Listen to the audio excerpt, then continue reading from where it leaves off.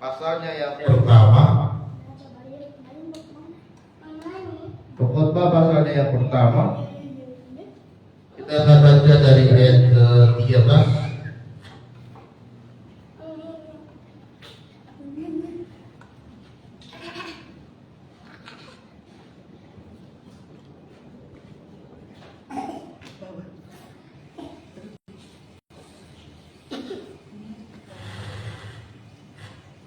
Pengkhotbah pasal yang pertama ayat 13 sampai dengan ayat 14. Aku membulatkan hatiku untuk memeriksa dan menyelidiki tentang segala hikmat yang terjadi di bawah langit. Itu pekerjaan yang menyusahkan yang diberikan Allah kepada manusia untuk melelahkan diri. Aku telah melihat segala perbuatan yang dilakukan orang di bawah matahari. Tetapi lihatlah, segala sesuatu adalah kesia-siaan dan usaha mencari angin. Saudara terkasih dalam nama Tuhan, tema firman Tuhan pagi hari ini adalah memiliki hidup yang berarti di hadapan Tuhan. Firman Tuhan yang kita baca tadi, saudara, Pengkhotbah pasal yang pertama mengatakan bahwa segala hidup ini adalah sebuah kesia-siaan.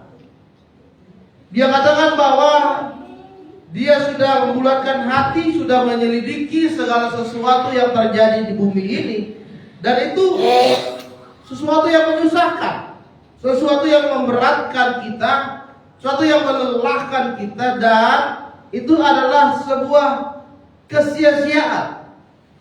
Ini merupakan pernyataan dari orang yang pasrah hidupnya, yang sudah menyerah dengan keadaan hidupnya saat ini, dan dia merasa dirinya ini sia-sia.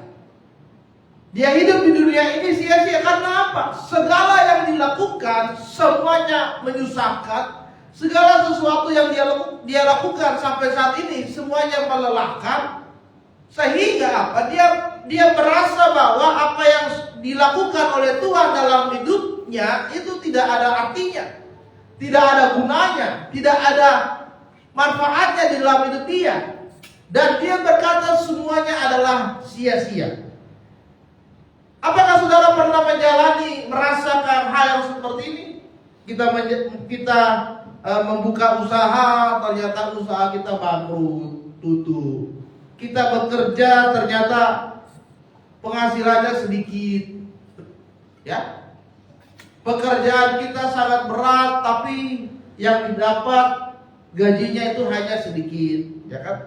Kemudian apapun yang kita lakukan semuanya itu gagal, tidak ada yang berhasil. Setiap rencana kita, setiap planning kita, semuanya gagal semua. Sehingga kita merasa hidup kita ini merasa sia-sia, tidak ada artinya, ya. Dan tidak ada satu tempat pun di dalam hidup kita ini yang merasakan adanya anugerah dan kasih Tuhan dalam hidup saudara. Ini orang yang merasa dirinya sudah tidak ada artinya lagi, sudah tidak berarti. Tapi pada pagi hari ini saya ingin menguatkan dalam diri kita masing-masing bahwa hidup kita ini berarti di hadapan Tuhan. Hidup kita ini berharga di hadapan Tuhan, ya. Tidak ada sesuatu yang dilakukan Tuhan di dalam hidup kita itu yang tidak berguna. Tidak ada satupun yang dilakukan oleh Yesus dalam hidupmu itu yang sia-sia. Tapi kadang-kadang saudara, kita sebagai manusia, kita merasa bahwa apa yang dilakukan dalam hidup kita oleh Tuhan itu gagal. Kita merasa kita menjadi orang yang gagal. Kita merasa menjadi orang yang tidak punya masa depan. Kita merasa menjadi orang yang tidak ada gunanya, ya. Dikucilkan oleh keluarga, diusir dari keluarga, dijauhkan dari teman-teman, dijauhkan dari orang lain. Kita merasa diri kita ini gagal. Dan ada banyak orang yang merasa dirinya ini gagal, kemudian mereka mengakhiri hidupnya dengan cara yang bunuh diri misalkan. Ya, merasa sudah gagal, merasa tidak ada yang bisa menolong hidup dia, merasa hidupnya sia-sia, ya dia bunuh diri dengan sangat cepat. Pagi hari ini saudara, kita mau belajar bagaimana hidup kita ini berarti di hadapan Tuhan. Yang pertama adalah kita harus melibatkan Tuhan. Firman Tuhan katakan, libatkanlah Tuhan dalam setiap segala perencanaan. Ya. Pokoknya satu mengatakan bahwa semua yang dilakukan oleh kita dengan hikmat dari Tuhan itu sia-sia. Karena apa? Dia tidak melibatkan seluruh hidupnya kepada Tuhan. Dia tidak merasakan kepuasan dari kasih dan kebaikan Tuhan. Kenapa? Karena orang yang seperti ini merasa tidak cukup. Orang yang seperti ini merasa yang dia alami saat ini sepertinya ketidakadilan yang diberikan oleh Tuhan. Merasa tidak puas dengan apa yang Tuhan berikan saat ini. Dan dengan rasa seperti itu saudara, maka dia tidak akan pernah bersyukur kepada Tuhan. Ya. Mulai dari hal makanan dan minuman, mulai dari hal pakaian yang lainnya, mulai dari hal liburan ataupun yang lainnya, dia merasakan itu masih kurang. Baik hikmat, baik pengetahuan, baik berkat, baik mujizat yang diberikan di dalam hidupnya, dia merasa itu masih kurang. Dan tidak ada rasa puas mengalami pertemuan dan perjumpaan dan berkat dari Tuhan. Jadi saudara yang terkasih dalam nama Tuhan, yang pertama adalah kita harus menyadari, kita harus melibatkan Tuhan dalam setiap hal yang terjadi dalam hidup kita. Baik dalam pekerjaan, baik dalam keluarga, baik dalam segala usahamu, baik dalam pendidikanmu, baik segala rencana-rencanamu, semuanya libatkan Tuhan. Serahkan semuanya ke dalam tangan Tuhan, agar Tuhan nanti yang atur dalam hidup saudara. Agar Tuhan nanti yang menentukan bagaimana kebahagiaanmu, bagaimana kesuksesanmu, bagaimana prestasimu. Sehingga apapun yang terjadi di dalam hidup saudara, semua karena Tuhan, dan membuat hidupmu menjadi berarti kembali di hadapan Tuhan. Amin. Jadi yang pertama, libatkanlah Tuhan di dalam hidup saudara saat ini. Yang kedua adalah saudara, kita harus menyadari bahwa semuanya adalah pemberian dari Tuhan.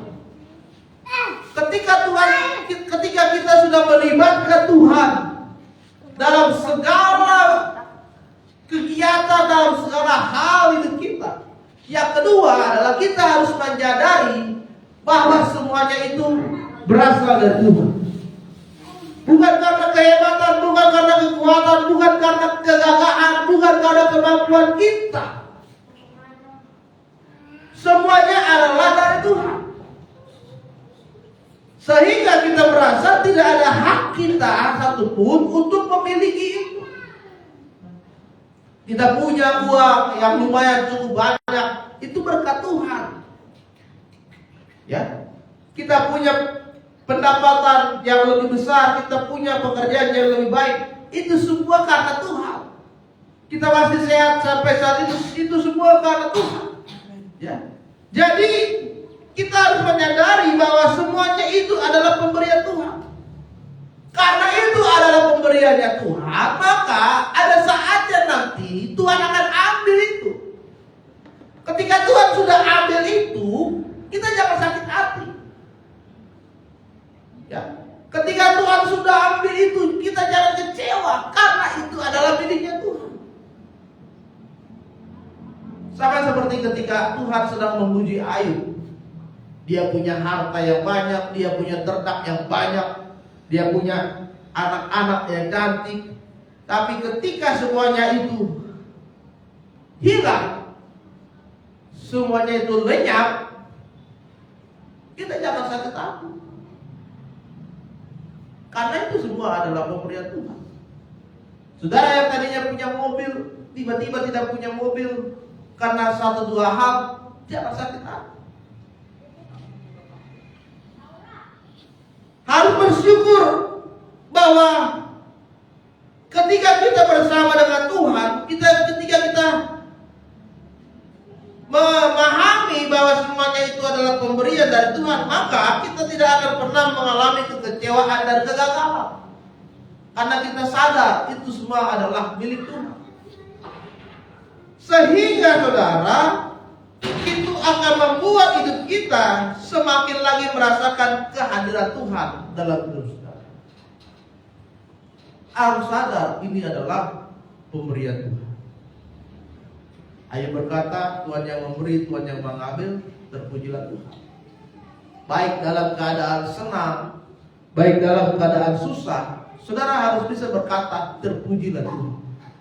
Baik dalam keadaan sedang memiliki sesuatu yang lebih, atau dalam keadaan kekurangan sekalipun, harus bisa berkata, terpujilah Tuhan. Baik dalam keadaan sehat ataupun dalam keadaan sakit, harus bisa berkata, terpujilah Tuhan. Karena kita harus menyadari semua ini adalah pemberiannya Tuhan. Amin. Yang ketiga dan yang terakhir saudara, yang harus kita lakukan supaya kita berarti adalah kita harus merendahkan diri di hadapan Tuhan. Yang ketiga adalah kita harus merendahkan diri di hadapan Tuhan. Jangan sekalipun kita meninggikan diri kita. Jangan sekalipun kita menyombongkan diri kita atas apa yang kita sedang miliki saat ini. Ya. Kita harus tahu bahwa hidup kita ini tidak ada apa-apanya tanpa Tuhan. Kita harus mengerti bahwa kerendahan hati, kerendahan diri itu adalah salah satu bentuk kita mengucap syukur kepada Tuhan.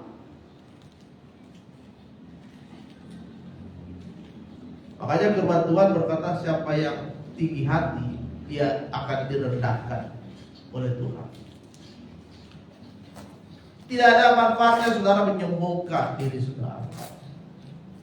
Biasanya orang yang sombong itu menganggap orang lain itu lebih rendah dari dia. Menganggap orang lain itu lebih hina dari dia, lebih susah, lebih miskin, lebih bodoh dari dia. Itu biasanya orang yang sombong. Dia meremehkan orang lain, dia merendahkan orang lain, ya. Dia menganggap orang lain itu tidak bisa berbuat apa-apa. Dia menganggap orang lain itu tidak mengerti apa-apa. Dia menganggap orang lain itu tanpa dia tidak bisa melakukan apa-apa. Itu saudara. Ingat, ada suatu saat nanti saudara juga membutuhkan orang itu. Ada suatu saat nanti saudara butuh pertolongan dari dia. Orang yang saudara hina, orang yang saudara rendahkan, suatu saat nanti Tuhan pakai dia untuk menjadi orang yang menolong saudara. Makanya jangan pernah menyombongkan diri, jangan pernah merendahkan orang lain, jangan pernah menganggap diri saudara lebih hebat daripada orang lain. Kita ini semua sama di hadapan Tuhan. Tidak ada yang lebih tinggi, tidak ada yang lebih rendah, tidak ada yang lebih besar, tidak ada yang lebih kecil. Semuanya itu sama di hadapan Tuhan. Itu sebabnya ketika kita menganggap hidup kita ini berarti di hadapan Tuhan, saudara, maka rendahkanlah diri. Semakin diberkati Tuhan, semakin merendahkan diri. Semakin memberi, semakin mengasihi orang.